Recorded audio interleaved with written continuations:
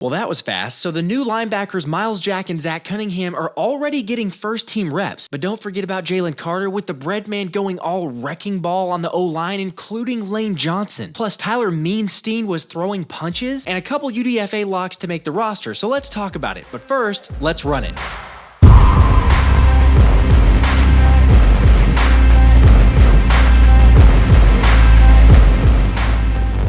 What's up, guys? For those that are new to the channel, I'm Josh and I cover the Birds. So GM Howie Roseman is staying busy making some more roster moves after it was announced that the Eagles released both offensive linemen Chim Okorafor and Trevor Reed, now that Devin Allen has been activated off the non-football injury list and was seen at camp. Definitely going to be hard for the track star to make the roster, especially considering he didn't get off on the right foot. Sorry.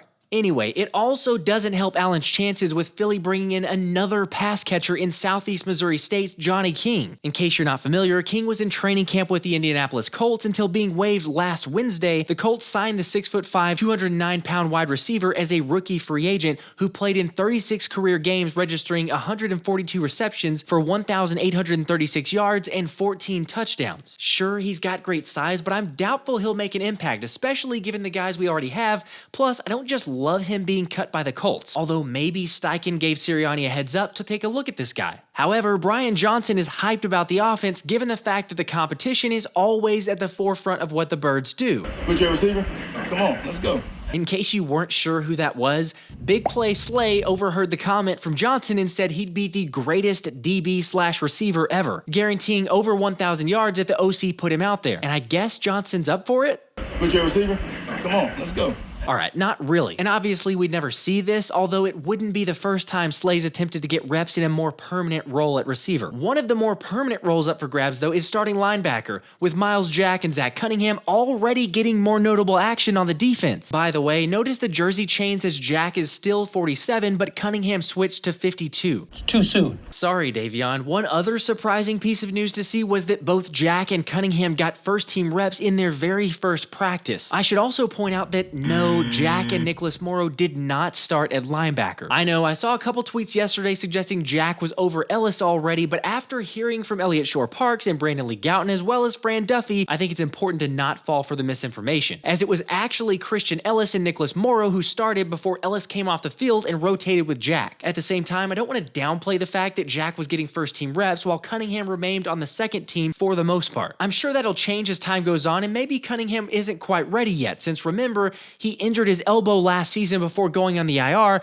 and then failed his physical in February before being released by the Titans. Whatever the case, Jack made the most of it, showcasing nice closeout speed on an attempted dump-off from Hurts, and Duffy noted Jack flashing with his ability to play downhill while attacking lead blockers in the hole. However, it was Christian Ellis who, once again, made the standout play among the linebackers as he shedded a block, making some form of tackle. Remember, they're still not tackling, for no gain. Look, I'll be honest, you guys know I'm high on Christian Ellis, but I'm all for competition, so if Jack wins out, that's great. Iron sharpens iron. Yet I still feel like we're in the testing phase, with Desai really getting crazy, lining up Josh Sweat at off-ball linebacker and even having Nolan Smith in the slot for coverage reps. It's worth pointing out that Sweat actually did a nice job shadowing Olamide Zaccheaus on an in-breaking route, except that's not too surprising, is it? It's Sweaty J after all. But what do you guys think? Do you feel like the super early reps from Jack indicate he's the guy that Desai wants to start next to Dean? Personally, as of right now, I think the only guarantee is that Nakobe Dean will be the starter, and it appears he'll be back soon, since he went through individual static stretching and sprints before watching practice due to the ankle. The other injury updates had Deion Kane and Patrick Johnson also still dealing with ankles, but a much cleaner, limited report with only Devin Allen and James Bradbury not participating in team drills. Probably being cautious, which is good, but it'll be nice to see those guys come back. One guy who is officially back and active in practices is guard Josh Sills, who slid into the second team left guard spot, but unfortunately for Josh, got a welcome back moment when he was paired up with Jalen Carter during one-on-one drills, who seemed to be playing just flat out mad. First, Carter got a clean win with a pure pass rusher edge blow-by, winning the high side on Sills before the two returned for a rematch, at which point Jalen basically asked, okay, you want some more? And according to Seamus Clancy, the breadman served up a spin move followed by a massive bull rush, putting Sills on his back, and then earning some reactions from his teammates. Jalen also had some other good rushes as well, clearly beating Sua Opeta and earning the unofficial defensive game ball from the media. But we're not done. It gets better. In the final team period, JC was moved up to the first team where he got up and under Lane Johnson, driving him backwards before corralling DeAndre Swift in the backfield for a loss. Once again, hyping up the D and registering one of, if not the most impressive reps of camp. Don't act like you're not impressed. Don't tell me you're not. Come on, are you kidding? The Breadman did that against Pave the Lane. I just wish we had actual video, which is what I seem to keep saying, but are we really surprised about this for Jalen? I mean, this is who we expected him to be. Let me know what you guys think in the comments. Is this surprising to hear this, or are you finally excited because it seems like he's been a little quieter with guys like Nolan Smith stealing all the attention? Either way, thankfully, the preseason is literally 3 days away, which I'll be live streaming the play-by-play in case you want to drop by on Saturday. I should also mention JC wasn't the only guy trashing O-lineman, as rookie defensive tackle Moro Ojomo was back at practice after being poked in the eye on Sunday, and definitely turned in quite the showing, flat out overpowering Cameron Tom, leaving him on the ground, while flashing in other reps enough to make Brandon Lee Gouton say he thinks the Rook makes the roster. That's saying something considering how deep we are in the trenches. Although the D-lineman had rookie Tyler Steen fired up, as Jeff McClain shared on one rep, Janarius Robinson drove hard at Steen, who locked the defensive end up, but when Robinson kept coming, presumably after the whistle, the left tackle uncorked a left hook to the helmet. And then later during the developmental period, Steen linebacker Kieran Johnson mixed it up post-rush for a brief moment as well. This is kind of crazy for a guy who's viewed as mild-mannered and even keel. Honestly, of all the rookies, he's the last guy I would have pinned to get into a scuffle, let alone throw a punch at another player. But hey, we all have a breaking point.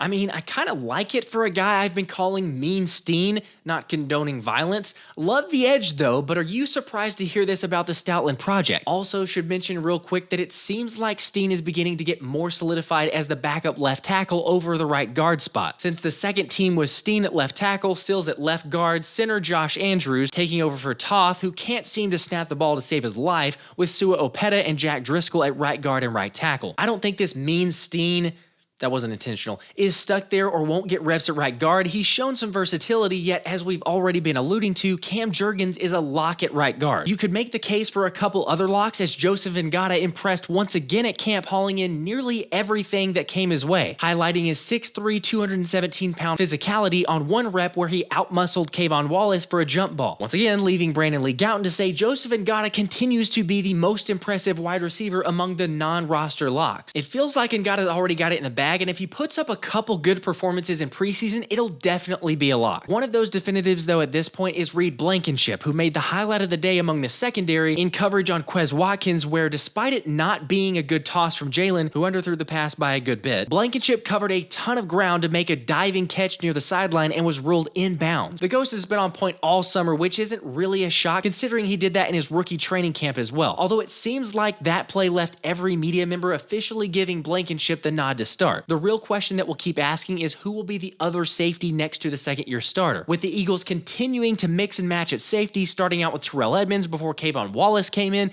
and even throwing Justin Evans in for a bit. In case you're curious, Sidney Brown stuck with the second team most of the practice. I still think there's plenty of time for guys like Brown to make a move, and maybe even Evans if he keeps picking off Jalen, yet it sounds like the interception was in a situational period where Jalen basically had to throw the ball with no time remaining and the offense trailing, and according to reports, Janarius Robinson was in the QB's face, which probably would have been a sack before Jalen threw it anyway. Regardless, Dave Zangaro said it wasn't a great practice from Jalen, missing a wide-open DeAndre Swift on a swing pass, overthrowing another receiver, and just not making the right decisions. The one highlight worth mentioning, though, was as Hurts rolled right and threw a strike to a crossing Quez Watkins with Avonte Maddox in coverage. However, the 25-year-old ended the day 10 for 14 with 0 touchdowns and 1 interception, or 2, depending on how you count it. As we all know, sometimes you have a bad day, but the mental toughness and fortitude is what makes Jalen different, and why he was voted number 3 on the NFL Top 100 list, where even Chiefs defensive tackle Chris Jones, who was voted number 10, said Jalen had the best performance in the Super Bowl that I've ever seen of a quarterback. Running the ball, throwing the ball, he balled out. Yeah, we know that, but it's still cool to hear. Although A.J. Brown doesn't seem to care. I mean, as a friend, I'm extremely proud of him, what he's accomplished this past season, but as a teammate, I think nobody cares, and he doesn't care either, and that's okay. We know we want to achieve, like, we're not in it for individual goals, but, only team goals, so, You know, we're excited for him with all the recognition he gets and everything, but just like him, we're trying to stay focused on the task at hand. All right, obviously Swole Batman is happy for Jalen, but he's right. Jalen is obsessed with continuing to improve. Perhaps in the 5 areas Reuben Frank has identified, maybe, saying he could be more accurate, limit his fumbles, run a bit less to keep him safer, reduce the late season interceptions, and start throwing to the running backs. I've got a link in the description if you want to read the full article, but while I do agree that Jalen will improve in most of those areas, let's not forget Jalen is who he is and is determined to continue being that triple threat QB. Throwing, running,